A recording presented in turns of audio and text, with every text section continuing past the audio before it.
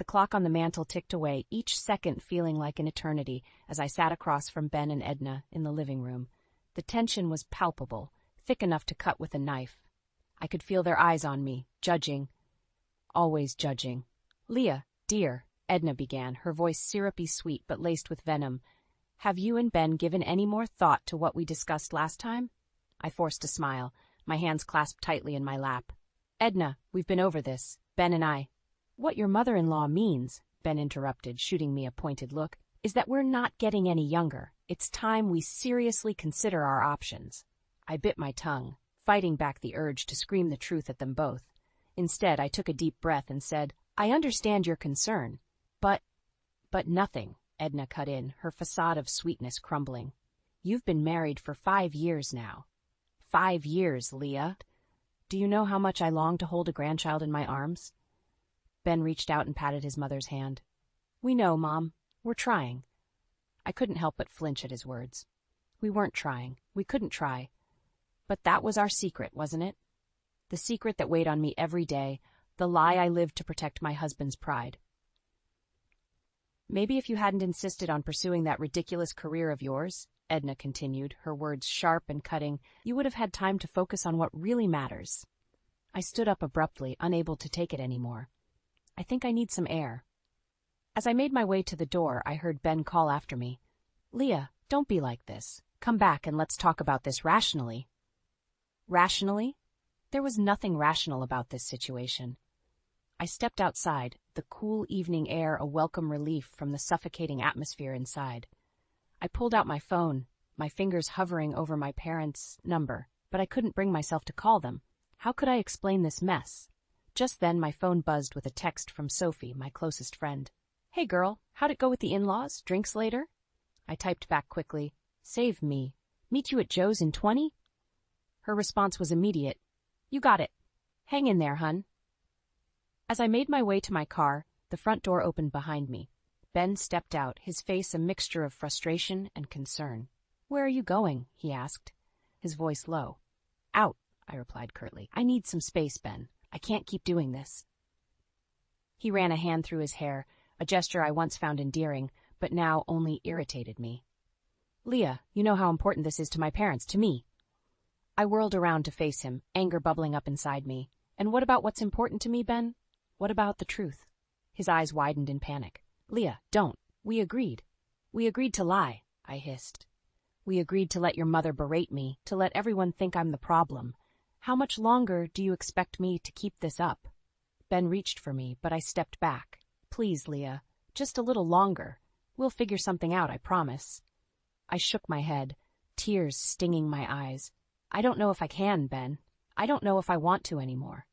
As I got into my car, I caught a glimpse of Edna watching from the window, her disapproving frown visible even from a distance.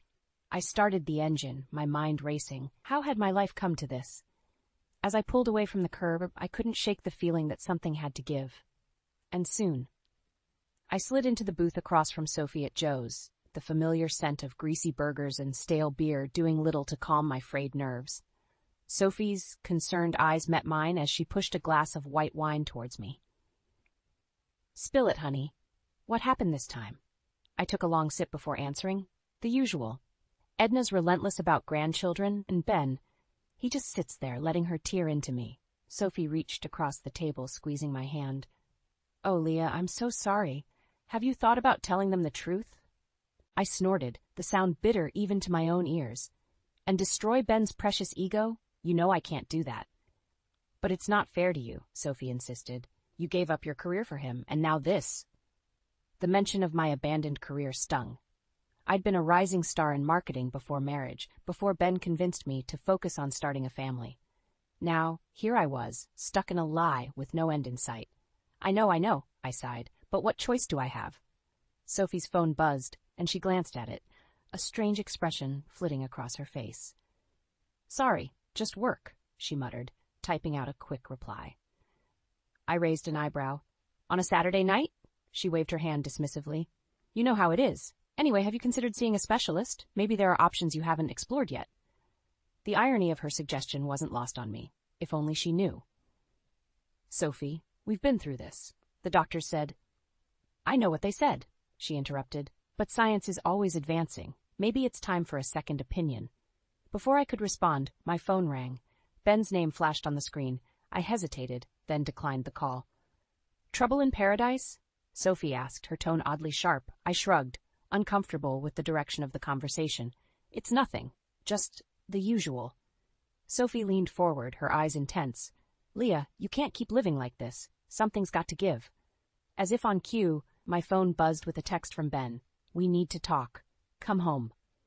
I showed Sophie the message, my stomach churning. I should go. She nodded, but there was something in her expression I couldn't quite read. Call me if you need anything, okay? The drive home was a blur of streetlights and anxious thoughts. When I pulled into our driveway, I saw Ben pacing on the front porch. My heart sank. Where have you been? He demanded as I approached. Out with Sophie, I replied, brushing past him into the house. You knew that. He followed me inside, closing the door with more force than necessary. My parents are upset, Leah. You can't just walk out like that. I whirled to face him, anger bubbling up. Your parents? What about me, Ben? When do my feelings matter? Of course they matter, he said, but his tone lacked conviction. Look, I've been thinking, maybe we should consider adoption. The words hit me like a slap. Adoption? Are you serious? Ben ran a hand through his hair, not meeting my eyes. It might be our only option. You know how much having a child means to my parents, to me. And what about the truth, Ben? I asked, my voice barely above a whisper. When do we tell them that you're the reason we can't have children? His face hardened. We agreed never to speak of that, Leah. It's our secret. A secret that's destroying me, I cried out. I can't do this anymore, Ben. I won't. Just then, Ben's phone chimed. He glanced at it, his expression changing from anger to guilt. Who is that? I asked, suspicion creeping in. No one, he said too quickly, shoving the phone in his pocket. Look, we need to figure this out, for us, for our family. But as I stared at my husband, I realized with startling clarity that I no longer recognized the man before me. And worse, I wasn't sure I wanted to. The next morning, I woke to an empty bed and the muffled sound of Ben's voice from downstairs. Curiosity got the better of me, and I crept down the stairs, careful to avoid the creaky step near the bottom. I can't keep doing this, Ben whispered urgently. She's starting to suspect something. My heart raced. Who was he talking to? I know, he continued. But we need to be careful. Leah's not stupid. I leaned closer, straining to hear more, when suddenly the floorboard beneath me groaned. Ben's voice cut off abruptly. I've got to go, he said quickly. I'll call you later. I rushed back upstairs, my mind reeling. By the time Ben came up, I was sitting on the edge of the bed, trying to look casual. Who were you talking to? I asked, aiming for nonchalance, but hearing the tremor in my voice. Ben's face was a mask of innocence. Just work stuff, honey, nothing important. I nodded, not trusting myself to speak. The lie hung between us, heavy and suffocating. Listen, Ben said, sitting next to me. I've been thinking about what we discussed last night. Maybe we should see a counselor, work through this together. I stared at him, incredulous. A counselor? Ben, we both know what the real problem is here. He flinched, then reached for my hand. I pulled away. Leah, please, we can fix this. We just need to try harder. The words hit me like a physical blow. Try harder? After everything I'd sacrificed? I need some air, I muttered, grabbing my keys and heading for the door. Where are you going? Ben called after me. Out, I snapped, slamming the door behind me. I drove aimlessly, my thoughts a chaotic whirlwind. Without realizing it, I found myself pulling up outside Sophie's apartment. Maybe talking to my best friend would help clear my head. I knocked on her door, but there was no answer. Strange. Her car was in the parking lot. I was about to leave when I heard a muffled laugh from inside. Sophie's laugh, followed by a man's voice. My blood ran cold. It couldn't be. I fumbled for the spare key Sophie had given me years ago, my hands shaking as I unlocked the door. The scene that greeted me would be forever burned into my memory. Sophie and Ben tangled together on her couch, looking up at me with matching expressions of horror. Leah, Sophie gasped, scrambling to cover herself. This isn't. We didn't. But I was already backing away, my vision blurring with tears. Ben jumped up, reaching for me. Leah, wait. Let me explain. I turned and ran, ignoring their calls. Somehow, I made it to my car, my chest heaving with sobs. My phone buzzed incessantly as I drove, Ben's and Sophie's names flashing on the screen. I ignored them all. Hours later, I found myself parked outside my parents' house. Mom opened the door, took one look at my tear-stained face, and pulled me into a fierce hug. "Oh, sweetheart," she murmured. "What happened?" The story poured out of me in broken sobs. Mom listened, her face growing harder with each word. "That bastard," she hissed when I finished. "And Sophie, I never would have thought." Dad appeared in the doorway, his expression grim. "You're staying here tonight, Leah. We'll figure this out together." As I lay in my childhood bed that night, staring at the glow-in-the-dark stars on the ceiling, a strange calm settled over me. The life I'd known was over, shattered beyond repair. But as I drifted off to sleep, a small voice in the back of my mind whispered that maybe, just maybe, this was my chance to start anew. Little did I know, the storm was far from over. Tomorrow would bring new challenges, new betrayals, and the fight of my life to reclaim my identity and my future. The morning light filtered through the curtains of my childhood bedroom, a stark reminder that yesterday's nightmare was all too real. I lay there, staring at the ceiling, my mind replaying the scene at Sophie's apartment on an endless loop. The betrayal cut deep, leaving me raw and hollow. A soft knock at the door jolted me from my thoughts. "Leah, honey?" Mom's voice was gentle. "There's someone here to see you." My heart leapt into my throat. "If it's Ben or Sophie, tell them to go to hell." "It's not," Mom assured me. "It's Edna." I groaned, burying my face in the pillow. Of course, Ben's mother would show up now, probably to berate me for driving her precious son into another woman's arms. "Tell her I'm not here," I mumbled. "Leah Marie Thompson." Mom's voice took on that stern tone I hadn't heard since high school. "You're better than this. Face her." Grudgingly, I dragged myself out of bed and downstairs. Edna sat primly on the edge of the sofa, her face a mask of concern that didn't quite reach her eyes. "Leah, dear," she began, her voice dripping with false sympathy. "I heard about what happened. How could you do this to Ben?" I blinked, certain I had misheard. "Excuse me?" Edna's lips thinned. "Running out on him like that, and now I hear you're refusing to speak to him? After everything he's done for you?" The audacity of her words hit me like a physical blow. "Everything he's done for me?" I repeated, my voice rising. "You mean like lying to me for years?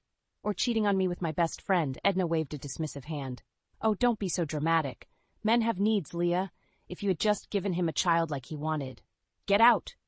The words came out in a low, dangerous tone I barely recognized as my own. Edna's eyes widened. "I beg your pardon?" "I said, get out!" I was shouting now, years of pent-up frustration and anger pouring out. "You have no idea what I've sacrificed for your son, what I've endured to protect his precious ego. Well, I'm done. I want a divorce." The color drained from Edna's face. "You can't be serious. Think of the family, Leah. Think of the family?" I laughed bitterly. "What family? The one that's been judging and belittling me for years? Or the one your son created with my best friend behind my back?" Edna stood, her composure cracking. "Now listen here, young lady." But I was beyond listening. I marched to the front door and flung it open. "No, you listen. I'm done being your scapegoat. I'm done pretending. Get out of my parents' house and tell your son to expect divorce papers."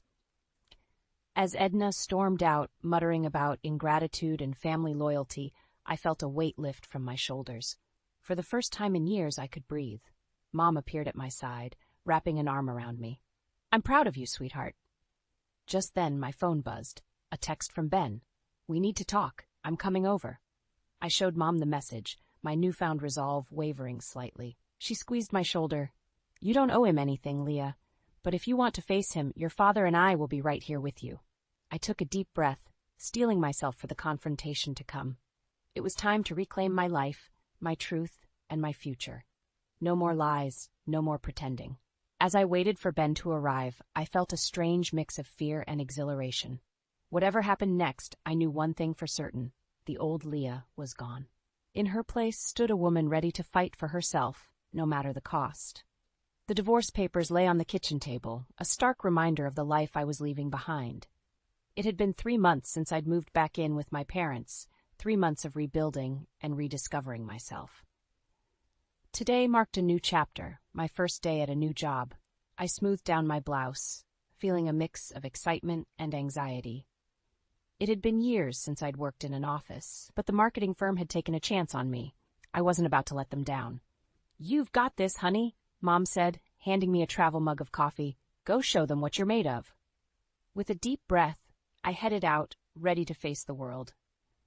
The office buzzed with energy as I stepped inside. My new boss, Sarah, greeted me with a warm smile. "Welcome aboard, Leah. Let's get you settled in." As she showed me around, introducing me to my coworkers, I felt a surge of confidence. This was where I belonged, not trapped in a lie of a marriage. By lunchtime, I was deep into my first project when my phone buzzed. Ben's name flashed on the screen. I hesitated, then declined the call. Whatever he had to say could wait. Moments later, a text came through. "Leah, please, we need to talk about the house. And there's something else. It's important." I sighed, typing back a quick response. "I'm at work, we can discuss it later." The rest of the day flew by in a whirlwind of meetings and brainstorming sessions. As I packed up to leave, Sarah stopped by my desk. "Great first day, Leah," she said. "I think you're going to fit in perfectly here." I beamed, feeling a sense of accomplishment I hadn't experienced in years. The high lasted until I pulled into my parents' driveway. Ben's car was parked out front, and he was sitting on the porch steps looking haggard. "What are you doing here?" I demanded as I got out of the car. He stood, hands shoved in his pockets. "I told you we needed to talk." "And I told you I was at work," I snapped. "Some of us have jobs to go to." Ben flinched at the jab. "Leah, please, this is important." Something in his tone made me pause. "Fine, talk." He took a deep breath. "Sophie's pregnant."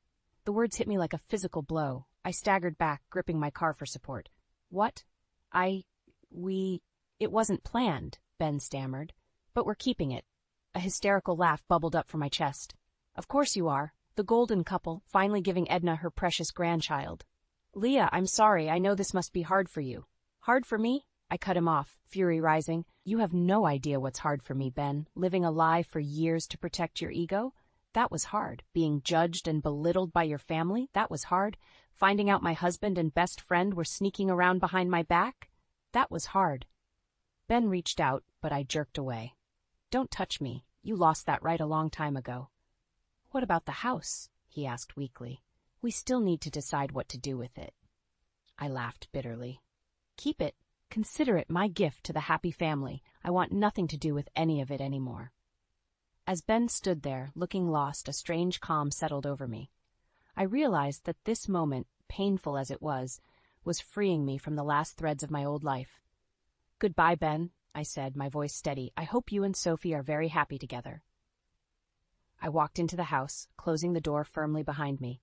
Mom and Dad were in the living room, concern etched on their faces. "Sweetheart?" Mom asked hesitantly. I took a deep breath, feeling lighter than I had in years. "I'm okay," I said, surprising myself with how true it felt. "Actually, I'm better than okay. I'm free." As I headed upstairs to change out of my work clothes, I made a decision. It was time to truly start over, to build a life that was entirely my own. And for the first time in a long time, I felt genuinely excited about what the future might hold. 6 months into my new job, I felt like I was finally finding my footing. The divorce was finalized, and I'd moved into a small apartment of my own. Life was settling into a new normal, one that I was slowly learning to embrace. That Friday evening, my coworkers invited me out for drinks to celebrate landing a major client. As we filed into the crowded bar, I felt a twinge of anxiety. It had been ages since I'd been out like this. "First round's on me," Sarah announced, heading to the bar. I found myself seated next to a man I didn't recognize. He smiled warmly, extending his hand. "I'm Eli. You must be Leah, the marketing whiz I've heard so much about." His genuine interest caught me off guard. We fell into easy conversation, discussing work, life, and everything in between. Hours slipped by unnoticed. As the night wound down, Eli asked for my number. I hesitated, memories of Ben's betrayal flashing through my mind. But something in Eli's kind eyes made me take the leap. Over the next few weeks, Eli and I grew closer. He was patient, understanding, never pushing for more than I was ready to give. For the first time in years, I felt seen and valued for who I was. One evening, as we walked through the park after dinner, Eli took my hand. "Leah, there's something I need to tell you." My heart raced, bracing for the worst. "What is it?" He took a deep breath. "I'm divorced too." And I can't have children. The words hung in the air between us. I stared at him, a whirlwind of emotions coursing through me. I understand if that's a deal breaker, Eli continued, his voice soft. I just wanted to be honest with you. In that moment, something inside me broke open. Tears spilled down my cheeks as I told him everything. About Ben's infertility, the years of lies, the betrayal. Eli listened, his arm around me, offering silent support. When I finished, he wiped away my tears with gentle fingers. Leah, you are so much more than what they did to you. You're strong, brilliant, and deserving of love. His words touched a part of me I thought had died long ago. I leaned in, kissing him with all the pent-up emotion of the past years. Just then, my phone buzzed insistently. I ignored it, losing myself in the moment with Eli. But it kept ringing, shattering our connection. With an apologetic smile, I checked the screen. It was Mom, calling repeatedly. Fear gripped me as I answered. Leah, Mom's voice was tight with worry. It's your father. He's had a heart attack. We're at the hospital. The world tilted on its axis. I'm on my way, I managed, ending the call. Eli immediately offered to drive me. As we raced to the hospital, my mind spun with terrifying possibilities. Dad had always been my rock, especially through the divorce. The thought of losing him was unbearable. We burst into the emergency room, finding Mom pacing anxiously. He's in surgery, she said, her voice trembling. They're not sure. I collapsed into a chair, overwhelmed. Eli sat beside me, holding my hand tightly. Hours crawled by, each minute an eternity. Finally, a doctor approached. Mrs. Thompson? Mom and I stood, clinging to each other. Your husband made it through surgery, the doctor said, but the next 24 hours are critical. Relief warred with fear inside me. As we waited to see Dad, I caught sight of a familiar figure down the hall. Ben, supporting a very pregnant Sophie. Our eyes met, and for a moment, the world stood still.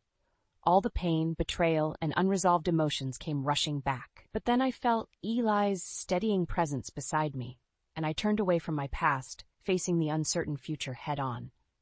In that sterile hospital hallway, caught between life and death, past and future, I realized that the true test of my strength was just beginning. The weeks following Dad's heart attack were a blur of hospital visits, work deadlines, and stolen moments with Eli. As Dad slowly recovered, I found myself leaning more and more on Eli's quiet strength. His unwavering support became my anchor in the storm. One evening, as we sat in the hospital cafeteria during a brief break from Dad's bedside, Eli took my hand. Leah, I know this isn't the most romantic setting, but I can't wait any longer. He pulled out a small velvet box, and my heart stopped. Will you marry me? Tears welled up in my eyes as I nodded, unable to speak. As Eli slipped the ring on my finger, I felt a surge of joy and fear. Was I ready for this? Could I trust in love again? We shared the news with my parents the next day. Mom cried happy tears, and Dad, still weak but improving, gave us his blessing with a warm smile. For a moment, everything felt perfect. Then reality came crashing down. As we left the hospital, we ran into Ben and Sophie in the parking lot. Sophie was heavily pregnant now, her due date clearly approaching. The sight of them, a picture-perfect, expectant couple, hit me like a physical blow. Ben's eyes widened as he noticed the ring on my finger. Leah, you're engaged? I nodded stiffly, gripping Eli's hand tighter. Yes, we are. An awkward silence fell over us. Sophie, looking uncomfortable, tugged at Ben's arm. We should go. Congratulations, Leah. As they walked away, I felt a wave of emotions threatening to overwhelm me. Eli sensed my distress and suggested we take a walk to clear our heads. We ended up in a nearby park, the same one where Eli had first confessed his own infertility. As we sat on a bench, the weight of everything came crashing down on me. I don't know if I can do this, Eli, I whispered, tears streaming down my face. Seeing them, knowing they're about to have the family I always wanted, it's too much. Eli pulled me close, his voice gentle but firm. Leah, listen to me. What they have isn't real. It's built on lies and betrayal. What we have, this is real. This is true. I looked up at him, seeing the love and conviction in his eyes. But what about children? I know you said you can't have them, and after everything with Ben. Eli took a deep breath. I've been thinking about that. There are other ways to build a family, Leah. Adoption, fostering. We have options, if that's what you want. His words sparked something inside me. Hope, possibility, a future I hadn't dared to imagine. But doubt still nagged at me. What if I'm too broken? What if I can't be the wife you deserve? Eli cupped my face in his hands. You are not broken, Leah. You're strong, resilient, and more deserving of love than anyone I've ever met. We'll face whatever comes together. Just then my phone rang. It was Mom, her voice frantic. Leah, come quick. Your father, he's taken a turn for the worse. The world spun around me as Eli and I raced back to the hospital. We arrived to find Mom sobbing outside Dad's room as doctors and nurses rushed in and out. He went into cardiac arrest, Mom choked out. They're trying to stabilize him. I felt like I was drowning, caught between the joy of my engagement and the terror of potentially losing my father. As we waited for news, I clung to Eli, my rock in the storm. Hours passed, each minute an eternity. Finally, a doctor emerged, his face grave. Mrs. Thompson, we need to discuss your husband's condition. As Mom and I followed the doctor, I felt Eli's reassuring squeeze on my hand. In that moment, standing on the precipice of joy and heartbreak, I realized that this was the true test of my strength, my love, and my newfound resilience. Whatever came next, I knew I wouldn't face it alone. 2 years had passed since that harrowing night at the hospital. Dad had pulled through, stronger than ever. Eli and I had married in a small, intimate ceremony, and life had settled into a beautiful rhythm. But the biggest miracle was nestled in my arms, our daughter, Hope. We'd adopted her just 3 months ago, a tiny bundle of joy that filled our lives with more love than I ever thought possible. As I rocked her gently in the park, Eli by my side, I marveled at how far we'd come. She has your smile, Eli said, tickling Hope's chin. I laughed. And your kind eyes. Suddenly I froze. Walking towards us, Sophie and Edna, pushing a stroller of their own. My heart raced as they approached, unable to avoid the encounter. Leah, Ben said, his voice strained. It's good to see you. Sophie wouldn't meet my eyes, but Edna stared openly at Hope. So you managed to have a child after all, she said, her tone dripping with skepticism. Something inside me snapped. Years of pent-up anger and hurt bubbled to the surface. No, Edna, we adopted. Because unlike some people, we don't build our relationships on lies. Ben's face paled. Leah, please? But I was done holding back. You want the truth, Edna? Your precious son is the one who's infertile, not me. He knew it all along, but was too much of a coward to admit it. Shocked silence fell over the group. Sophie's eyes widened in disbelief, turning to Ben. Is this true? Ben stammered, unable to form words. Edna looked like she'd been slapped. But the baby. She gestured weakly at their stroller. I laughed bitterly. Oh, I'm sure there's an explanation for that. Maybe Sophie has better luck with fertility treatments. Or maybe there's another secret you're all keeping. Sophie burst into tears, pushing the stroller away quickly. Ben looked torn, glancing between his retreating wife and his shell-shocked mother. You're lying, Edna hissed, but the doubt in her eyes was clear. I stood tall, hope secure in my arms. I have no reason to lie anymore, Edna. I'm free of your judgment, your manipulation, your lies. This is my family now, built on love and truth. Eli placed a supportive hand on my back as I continued. I hope you all find peace with your choices, but I won't be part of your delusions anymore. With that, we walked away, leaving them in stunned silence. As we reached the edge of the park, I felt a weight lift from my shoulders. Tears streamed down my face, not of sadness, but of relief and liberation. Eli pulled me close, careful of Hope between us. I'm so proud of you, he whispered. I looked up at him, then down at our daughter. I'm proud of us, of this family we've built. Hope cooed softly, reaching up to touch my face. In that moment, I realized that every painful step of my journey had led me here. To true love, to motherhood, to a life filled with honesty and joy. As we walked home, I felt lighter than I had in years. The ghosts of my past no longer haunted me. I had faced them head-on and emerged stronger, surrounded by the love I'd always dreamed of but never thought I deserved. That night, as I put Hope to bed, I whispered a promise to her. You'll always know the truth, my love, and you'll always know how wanted, how cherished you are. Eli appeared in the doorway, smiling softly. As we stood there, watching our daughter drift off to sleep, I knew that this moment, this life, was everything I'd ever wanted. Not the fairy tale I'd once imagined, but something real, something true. I had weathered the storm, faced my demons, and come out the other side. And now, with Eli and Hope by my side, I was ready for whatever adventures life had in store. The future stretched out before us, bright and full of promise. And for the first time in my life, I was truly, completely happy.